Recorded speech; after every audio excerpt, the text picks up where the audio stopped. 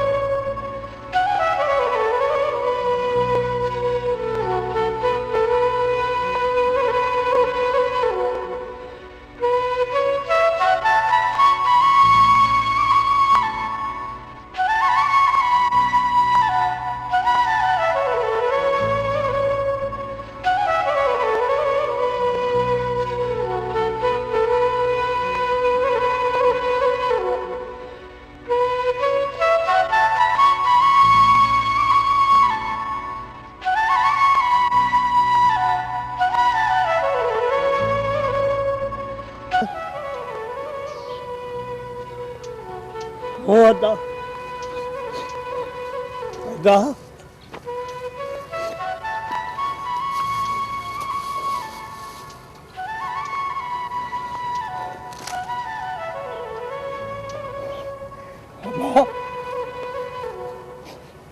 अबा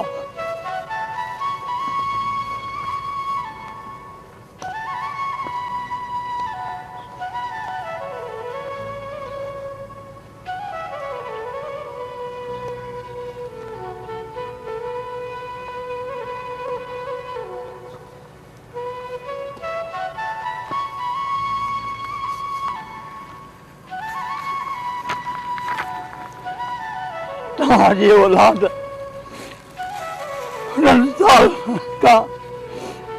तव्हांजे नाहकु कूड़नि जो अहिड़ो त हिसाब बराबरि करे छॾियो आहे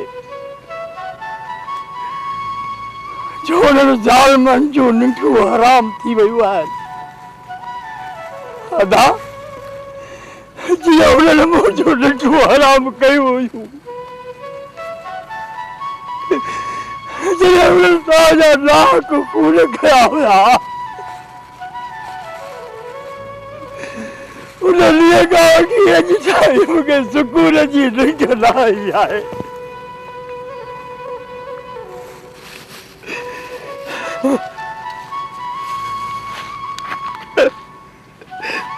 मूंखे अॼु बि उहो ॾींहुं यादि आहे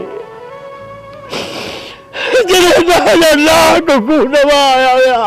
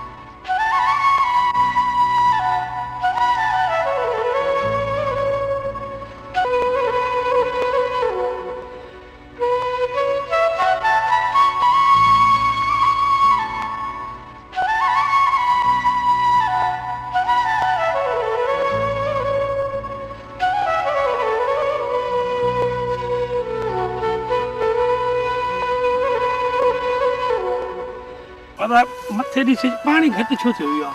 जी दादा कोडे रोड ते ॾे मां ॾिसी थो अचां। हे पकड़ कुहाड़ी।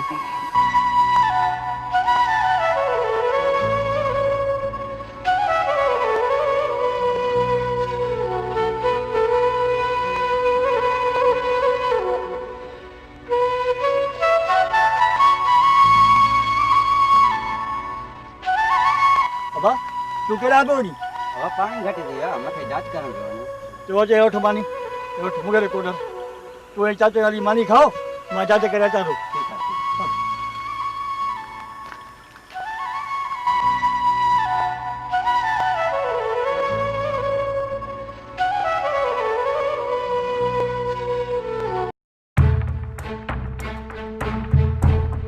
છે खबर सावण काडे तकड़ो पे वनी मोला दादा पानी असा जो आई वो तो जा जो किथा जो इंसाफ आ इहो असांजे कोर्ट जो इंसाफ़ आहे सावण खान असांजे कोर्ट जो यो जुल्म थियण मां कोन ॾींदुसि तव्हांजी कोर्ट जो फ़ैसिलो आहे जेकॾहिं अथई दम त पानी खोले ॾेखार मां खोलियां थो पानी ॾिसां ॾिसां त केरु थो मूंखे रोके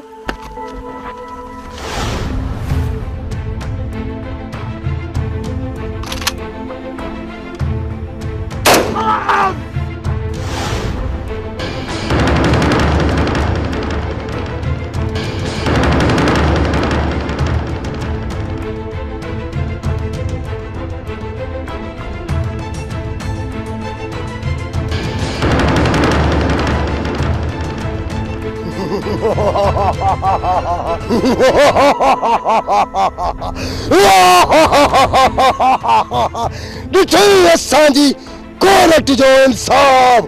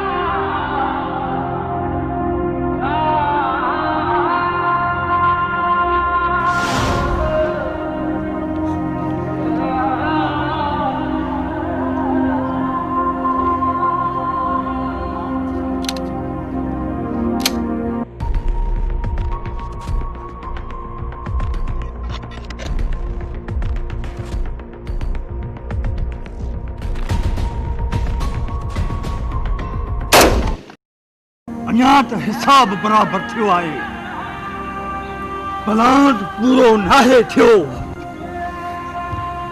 बधा जंहिं तव्हांजो औलाद सज़ा पूरी करे ॿाहिरि ईंदो ऐं तव्हांजे नाहक खूननि जो बलांद कंदो मूंखे उन ॾींहं जो इंतज़ारु आहे जंहिं 14 साल पूरा थींदा